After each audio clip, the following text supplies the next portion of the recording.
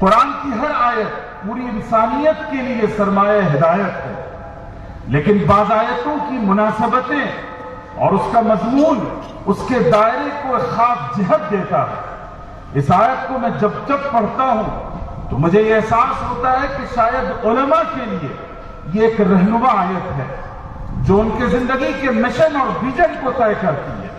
جو ان کے زندگی کے ہدف اور مقصد کو واضح کرتی ہے۔ چنانچہ اس آیت سے جو ہمیں پیغام ملتا ہے کہ امت کے جو علماء ہیں، قائدین ہیں، جن کے ہاتھوں میں امت کی تقدیر ہے، ان کی 3 بنیادی ذمہ داریاں ہیں۔ سب سے پہلی ذمہ داری یہ ہے کہ ہم اللہ کی طرف انسانوں کو دعوت دیں۔ آپ ایک ملک اس اسٹیٹ میں رہتے ہیں، جھارکھنڈ کی ریاست میں 14.5% مسلمان ہیں، اور جو ہمارے عیسائی بھائی ہیں ان کا تناسب بہت کم ہے، 4% سے کچھ زیادہ ہے جو آن ریکارڈ ہے، لیکن حقیقت میں اس سے زیادہ بڑھ کر ان کی تعداد ہے۔ کیا ہمیں یہ احساس نہیں ہوتا؟ کیا ان حالات کو اور مشنریز کو دیکھ کر کبھی ذہن میں یہ سوال نہیں پیدا ہوتا کہ ہم بھی ان کی طرح گھر گھر جا کر در در پر پہنچ کر اور فرد فرد کے ضمیر کو آواز دے کر اللہ کا پیغام سنائیں؟ آخر ہمارے ذہن و دماغ سے یہ بنیادی ذمہ داری کیسے اوجھل ہو گئی؟ آج ہم اس دور میں جا کر انہیں دعوت دے رہے ہیں کہ اس مذہب اور تہذیب کو قبول کر لو، لیکن جن کے پاس اللہ کا آخری پیغام تھا، جن کے پاس اس دنیا کی سب سے سچی کتاب تھی، جو عام انسانوں کے وارث نہیں بلکہ آقا جناب محمد رسول اللہ صلی اللہ علیہ وسلم کے وارث تھے، وہ سرمدی کے شکار ہیں، وہ اپنے مقصد اور ہدف سے بے خبر ہیں، انہیں اپنی منزل کا سراغ نہیں ہے، وہ اپنی شاہراہ حیات کے بارے میں جہالت کے شکار ہیں۔ اس سے بڑھ کر اس امت کے لیے محرومی کی کوئی بات نہیں ہو سکتی۔ ہم قرآن مجید کی تلاوت سکھائیں، ہم فقہ کے مسائل بتائیں، ہم احادیث رسول صلی اللہ علیہ وسلم کی تشریح کریں، یہ سب ہمارا فرض منصبی ہے، لیکن اسلام کا مزاج ہے فقہ الاولویات کا، ترجیحات کے تعین کا، پرائورٹیز کو فکس کرنے کا۔ ہماری ترجیحات میں اسلام کا تعارف، اسلام کے پیغام کو انسانوں تک پہنچانے کی جدوجہد کرنا، یہ سب 0 درجے میں ہے۔ اس لیے علماء کرام یاد رکھا جائے، اللہ کے رسول صلی اللہ علیہ وسلم نے فرمایا لَأَن يَهْدِيَ اللَّهُ بِكَ رَجُلًا خَيْرٌ مِّنْ حُمْرِ النَّعَمِ، اللہ تعالیٰ تمہارے ذریعے سے ایک نفس، ایک انسان کو ہدایت دے دے شرک سے، کفر سے، گمراہی سے، تو یہ تمہارے لیے سرخ اونٹوں سے بہتر ہے۔ اور بعض روایتوں میں 100 سرخ اونٹوں کی بات آتی ہے، وہ آج کی مرسڈیز اور BMW یہ سب کے سب ان سرخ اونٹوں کے سامنے ہیچ ہیں۔ تو گویا اللہ کے رسول صلی اللہ علیہ وسلم نے اتنی اس کی فضیلت بیان کی کہ تم سارے انسانوں تک نہ پہنچ سکو، لیکن کم سے کم ایک فرد کے دل میں ایمان کی سوغات اور زمزمہ توحید اس کے ذہن و دماغ میں ڈال دو تو یہ تمہاری کامیابی کی ضمانت ہے۔ لیکن ہمارے اداروں، ملی تنظیموں، ان تمام کے لائے عمل میں کہیں بھی تعارف اسلام، دعوت اسلام کا کوئی حصہ نہیں۔ یہ ہمارے لیے سب سے بڑا چیلنج ہے۔ اگر ہم نے توحید کے اس پیغام کی ناقدری کی تو یاد رکھیے گا کہ اللہ تعالیٰ ہمارے اور آپ کے محتاج نہیں ہے، اللہ تعالیٰ کو ہماری اور آپ کی سندوں کی ضرورت نہیں ہے، اللہ تعالیٰ کو ہمارے اس لباس و پوشاک سے کوئی مطلب نہیں ہے۔ اللہ چاہتے ہیں کہ وہ امت توحید کا پیغام لے کر اٹھے، جس کے شب و روز توحید میں ڈھلے ہوئے ہوں، اور جو سراپا اپنی رفتار و گفتار کے ذریعے سے، اپنے کردار کے ذریعے سے اللہ کے دین کو اس دنیا میں پھیلائے اور اس کو نافذ کرے۔ اور تاریخ گواہ ہے، جن قوموں نے اسلام کے تعارف کا کام چھوڑا، اللہ تعالیٰ نے ان کو نیست و نابود کر دیا اور ان کا وجود تک دنیا سے مٹا دیا گیا، اور جن قوموں نے اس پیغام کو اپنے ساتھ ہاتھ لیا اور اپنے لیے تمغہ افتخار بنایا، تو اللہ تعالیٰ نے عرب کے ناتہذیب اور اجڑ لوگوں کو پوری قوموں کا امام بنا کر کھڑا کر دیا۔ آپ جانتے ہیں کہ اس ملک میں 1.5 ارب کی آبادی ہے اور 300 کروڑ سے زیادہ خداؤں کی پوجا ہوتی ہے۔ کوئی درخت کی پوجا کرتا ہے، کوئی پھل کی، کوئی زمین کی، اور کوئی مرد اور عورت کی شرمگاہ کی پوجا کرتا ہے۔ کبھی اپنے ذہن میں یہ سوال پیدا کیجئے کہ ان 1.5 ارب آبادی میں کے اس ملک میں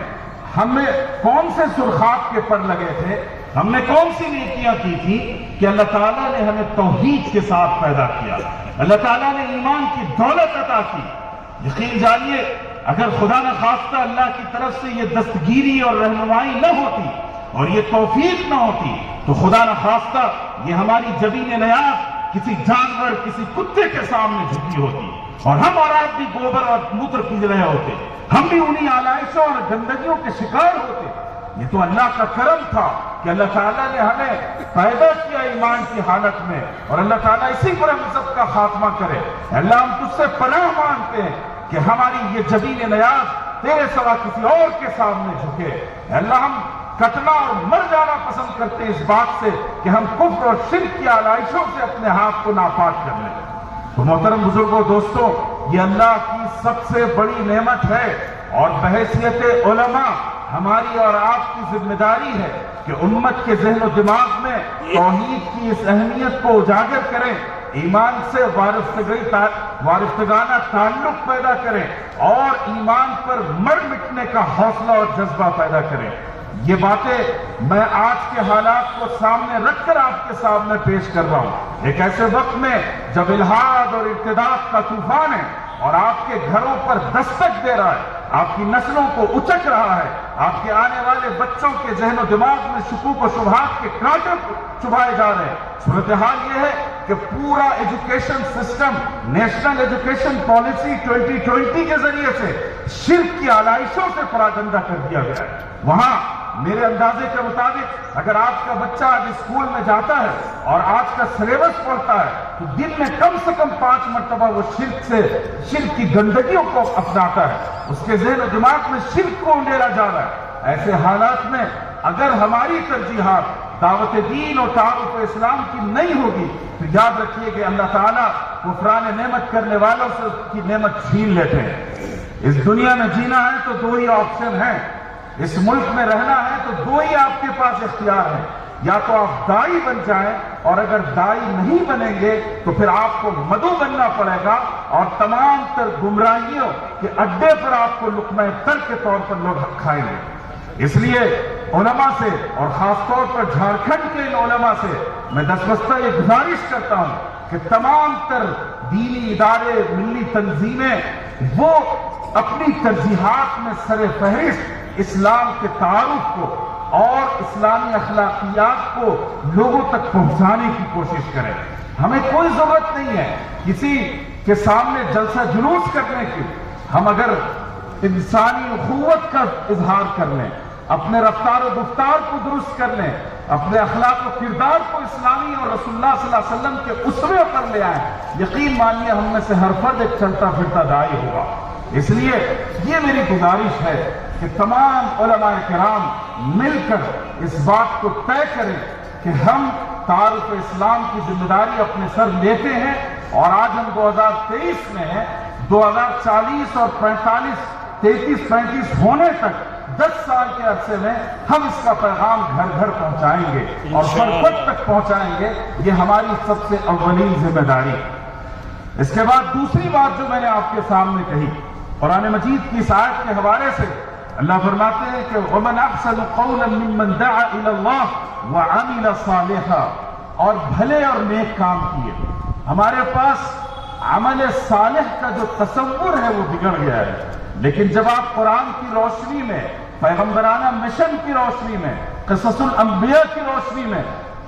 عمل صالح کو سمجھنے کی کوشش کریں گے تو اس کا دائرہ بہت کشادہ اور وسیع ہے۔ اللہ کے رسول صلی اللہ علیہ وسلم نے فرمایا کہ اماطۃ الاذى عن الطریق، کہ راستے سے تکلیف دہ چیز کو ہٹا دینا یہ بھی ایمان کا حصہ ہے، یہ عمل صالح میں ہے۔ کسی یتیم کے سر پر ہاتھ رکھنا یہ عمل صالح ہے، کسی بیوہ کی عزت اور آبرو کی حفاظت کرنا اور اس کے نان شبینہ کا نظم کرنا یہ عمل صالح میں ہے۔ اور جانوروں کے ساتھ اگر ظلم ہو تو ان کو ان کا حق دلائیے۔ آپ جس ریاست میں ہیں یہ جنگلات کے لیے، درخت اور پودوں کے لیے مشہور ہے، یہاں اگر درختوں کو بیجا کاٹا جائے آپ اس کے خلاف ایک منظم تحریک چلائیے۔ اللہ کے رسول صلی اللہ علیہ وسلم نے شجرکاری کی ترغیب دی، آپ صلی اللہ علیہ وسلم نے جنگ کے حالات میں بھی درختوں کو آگ لگانے اور کاٹنے سے منع فرمایا۔ اس لیے یہ ہماری ذمہ داری ہے کہ انوائرمنٹل ڈس آرڈر سے اپنے سماج کو بچائیں اور انوائرمنٹل سیفٹی، ماحولیات کے تحفظ کے لیے اپنا کردار ادا کریں۔ یہ بھی عمل صالح ہے۔ اسی طریقے سے مسلمانوں کے اندر سیاسی شعور بیدار کرنا یہ عمل صالح ہے۔ اسی طرح مسلمانوں میں دینی شعور پیدا کرنا یہ سب سے اعلیٰ ترین عمل صالح ہے۔ تو عمل صالح کے الگ الگ درجات ہیں، حالات اور تقاضوں کے مطابق ترجیحات بدلتی رہیں گی، لیکن یاد رکھیے گا کہ عمل صالح کا وہ دائرہ جو ہمیں سنت سے ملتا ہے اور قرآن مجید سے ملتا ہے، ہم اسے نظر انداز نہ کریں، بلکہ مدارس اور دینی ادارے اس میدان میں اپنا قائدانہ کردار ادا کریں۔ عمل صالح کا ایک بہت اہم پرتو انسان کے اخلاق ہیں۔ میں آپ کے سامنے ہندوستان کے اس ماحول کے حوالے سے سیرت کا ایک اہم واقعہ ذکر کرنا چاہتا ہوں۔ آج آپ کو شکایت ہے کہ غیر مسلم بھائیوں میں نفرت پیدا ہو رہی ہے، عداوت کا جذبہ پیدا ہو رہا ہے، فرقہ پرستی پیدا ہو رہی ہے۔ یاد رکھیے کہ آپ کی ریاست بہت غنیمت ہے۔ آج بھی فرقہ پرستوں کو یہاں پنپنے کا موقع آپ کے آدیواسی بھائیوں نے موقع نہیں دیا۔ آپ نے انہیں شکر ادا کرنا چاہیے، اور خود مسلمان اس فیلڈ میں اپنا کردار ادا کر رہے ہیں۔ دیکھیے، اخلاق کی طاقت سے نفرت کے طوفان کا مقابلہ کیا جا سکتا ہے، اور کتابیں لکھنے سے نفرت کا مقابلہ نہیں ہوگا۔ میں آپ کو مثال دیتا ہوں، اس وقت کو یاد کیجئے جب آقا علیہ الصلوۃ والسلام پر پہلی وحی آئی، اور اس کے بعد رسول اللہ صلی اللہ علیہ وسلم اپنا جو گوشے عافیت تھا، یعنی حضرت خدیجہ رضی اللہ تعالی عنہ کا گھر، آپ صلی اللہ علیہ وسلم دوڑے ہوئے وہاں گئے۔ حضرت خدیجہ نے کیفیت دیکھی، انہیں حیرت ہوئی اور انہیں خطرہ محسوس ہوا کہ نہ جانے کیا حالات پیش آئے۔ رسول اللہ صلی اللہ علیہ وسلم نے تفصیلات بیان کی۔ اس کے بعد ام المؤمنین حضرت خدیجہ نے جو باتیں کہی، میں وہ آپ تک پہنچانا چاہتا ہوں۔ حضرت خدیجہ نے فرمایا کہ واللہ لا یخزیک اللہ ابدا، اے محمد صلی اللہ علیہ وسلم، خدا کی قسم اللہ آپ کو ناکام نہیں ہونے دیں گے، اللہ آپ کو ضائع نہیں ہونے دیں گے۔ کیوں؟ اس لیے نہیں کہ صرف آپ نبی بنا لیے گئے، نبی بنائے گئے، بہت سے پیغمبروں کی جان لی گئی، بہت سے پیغمبروں کو اذیتیں پہنچائی گئی، لیکن حضرت خدیجہ نے اس کی جو ضمانت کی جو بنیادیں اسے واضح کر دیا۔ انہوں نے فرمایا کہ انک لتصل الرحم، اللہ اس لیے آپ کو ضائع نہیں ہونے دیں گے کہ آپ کی زندگی کا سب سے نمایاں عمل یہ ہے کہ آپ صلہ رحمی کرتے ہیں اور اس کی تعلیمات دیتے ہیں۔ یعنی وہ لوگ، اسی طرح اللہ کے حضرت خدیجہ نے فرمایا انک لتصل الرحم وتحمل الکل وتکسب المعدوم وتصدق الحدیث وتؤدی الامانہ وتقری الضیف، کہ آپ سماج میں جو کمزور طبقہ ہے اس کی ذمہ داری اور رسپانسبلٹی لیتے ہیں۔ یہ عمل صالح کا دائرہ ہے۔ آپ کے سماج میں شیڈول کاسٹ کے لوگ ہوں گے، وہ لوگ ہوں گے جن کے ساتھ سماج میں بھید بھاؤ کیا جاتا ہے، ذات پات کی بنیاد پر، ریس اور رنگ کی بنیاد پر۔ ایسے لوگوں کے ساتھ کھڑے ہونا علماء امت کی بنیادی ذمہ داری ہے، اس لیے کہ سماج میں اگر عدل و انصاف باقی نہیں رہے گا، ظلم ہوگا تو اللہ کی گرفت ہوگی، اور اس گرفت میں ہم بھی برابر کے شریک ہوں گے۔ تو گویا اللہ کے رسول صلی اللہ علیہ وسلم مکہ کے سماج میں جو غلام تھے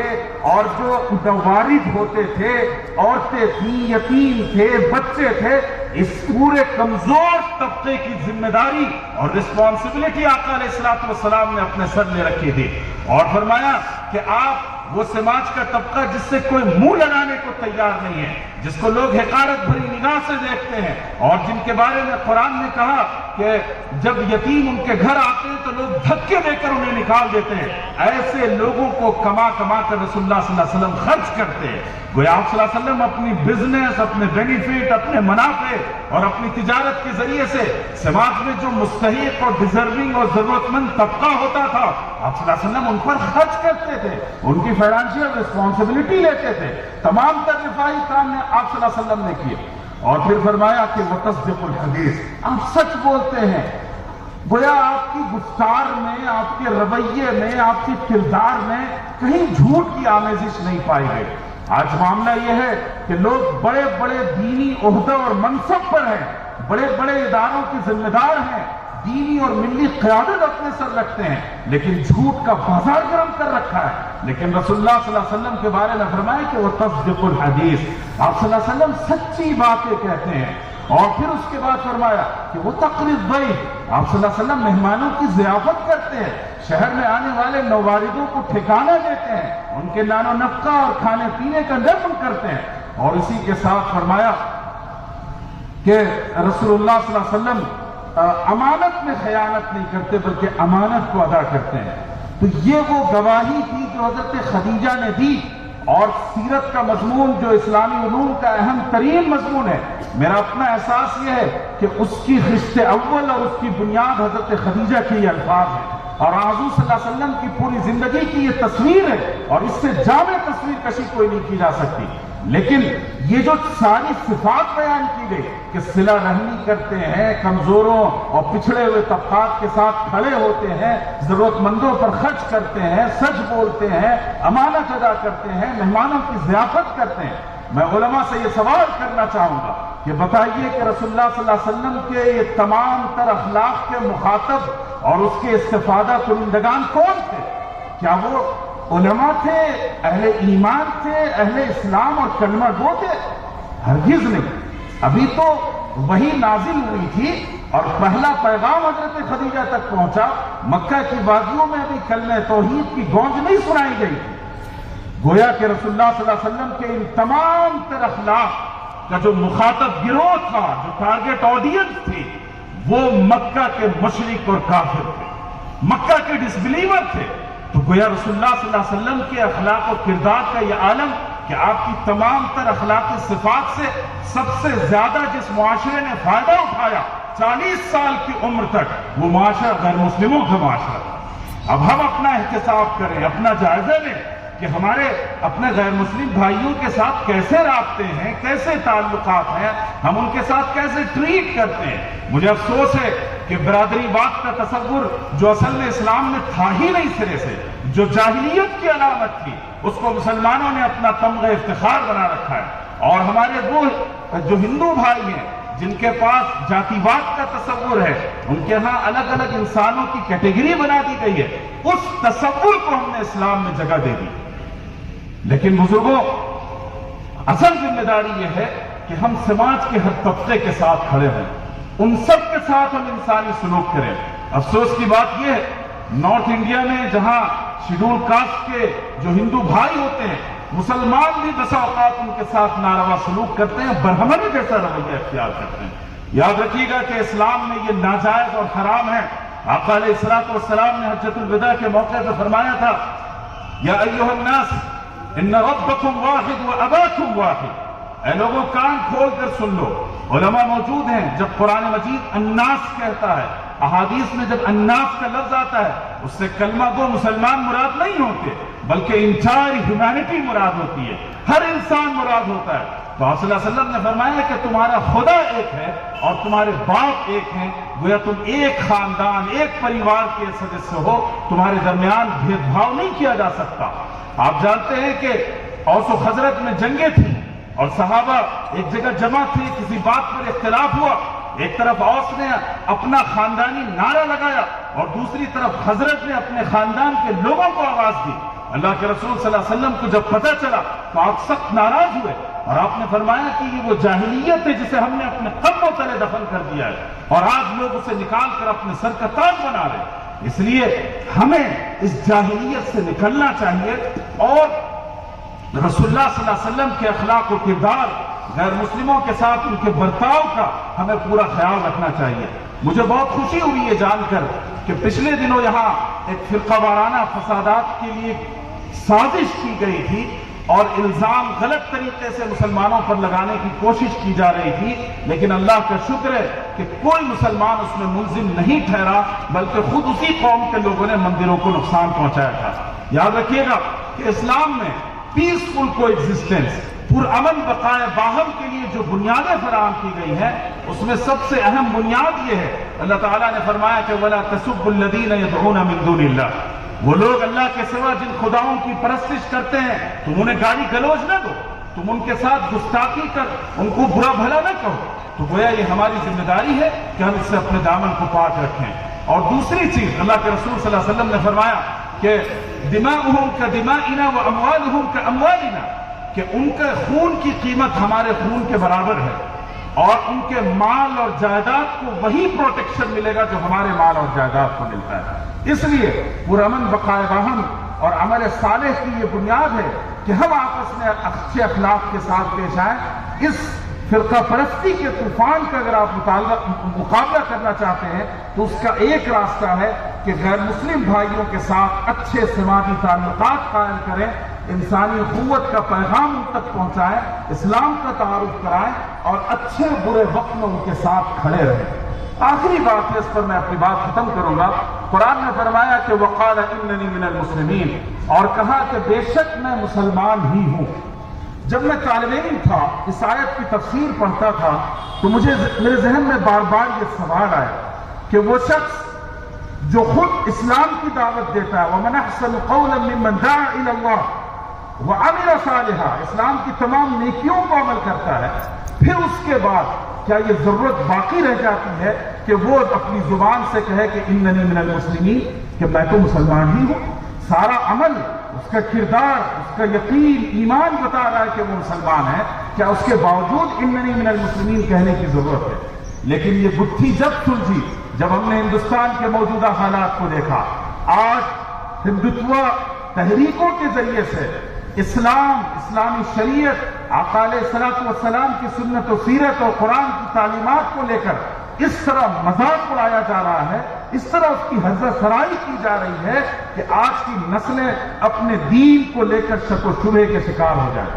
اور اس کے ساتھ ساتھ فخر کے بجائے وہ شرم و عار کے شکار ہو جائیں۔ اور میں دیکھ رہا ہوں کہ عصری تعلیمی اداروں میں پڑھنے والے بچے اپنی آئیڈینٹی چھپاتے ہیں کہ میں مسلمان ہوں، انہیں لگتا ہے کہ میں مسلمان کہلاؤں گا تو فنڈامنٹلسٹ کہلایا جائے گا، میں مسلمان کہوں گا تو تعدد ازدواج پولیگیمی کی تہمت سے مجھے شرمسار کیا جائے گا، ڈبل طلاق کی بات کر کے مجھے شرمسار کیا جائے گا۔